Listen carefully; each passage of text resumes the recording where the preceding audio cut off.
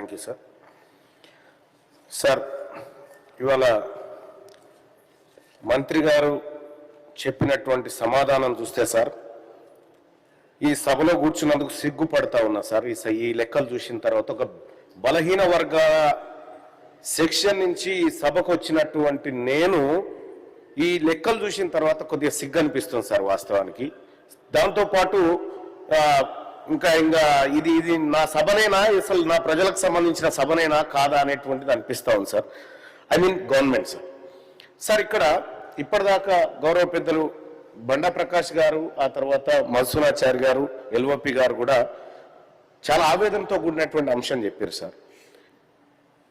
ఈ 2 సంవత్సరాల్లో సార్, ఈ 2 సంవత్సరాల్లో ఈ ప్రభుత్వం చెప్పినటువంటి లెక్క అది కేవలం లెక్క కాదు సార్.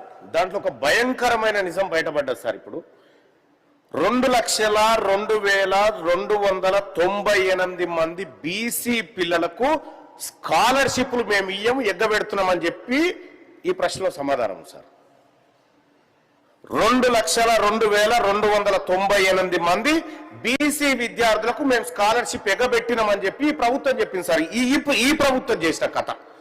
దానికి ఎట్లా అంటే sir, 2024 socio economic outlook page number 98లో 2,44,766 మంది బీసీ విద్యార్థులకు స్కాలర్షిప్లు ఇచ్చినామని చెప్పారు సార్. నిన్నిచ్చినటువంటి దాంట్లో సార్, బడ్జెట్ దాంట్లో 2026 socio economic outlook page number 254లో సార్ 42,468 మందికి స్కాలర్షిప్లు ఇచ్చినామని చెప్పారు సార్. ఒక్క 1 ఇయర్ లో 2,02,298 మంది విద్యార్థులకు స్కాలర్షిప్లు ఎగబెట్టినాం మేము అని చెప్పి గౌరవ మంత్రి గారి సమాధానం ద్వారా బయటపడ్డారు సార్. సార్, ఇక్కడ బీసీలు అంటే సార్, మరి ఎందుకో ఈ ప్రభుత్వాలకు నాట్ ఓన్లీ ఈ గవర్నమెంటే కాదు సార్, ఈ ఒక్క గవర్నమెంట్ కథ కాదు సార్. ఇవాళ బండా ప్రకాష్ గారు డిమాండ్ చేసినా, ఇక్కడ ఉన్నటువంటి బీసీ సభ్యులం అందరం డిమాండ్ చేసినా ఒక సాహేతుకమైనటువంటి కారణంతో డిమాండ్ చేస్తాం. సాహేతుకమైనటువంటి ఒక ప్రశ్న ద్వారా చెప్తా ఉన్నాం సార్.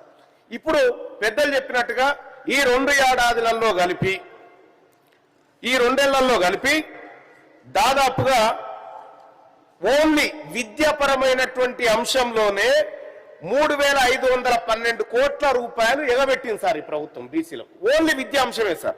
స్కాలర్షిప్ల విషయం సార్, పిల్లలు చదువుకునేటువంటి స్కాలర్షిప్ల విషయంలో పోస్ట్ మెట్రిక్ స్కాలర్షిప్లో సార్ 782 కోట్లు ఎగబెట్టింది ఈ 2 ఏళ్లలో.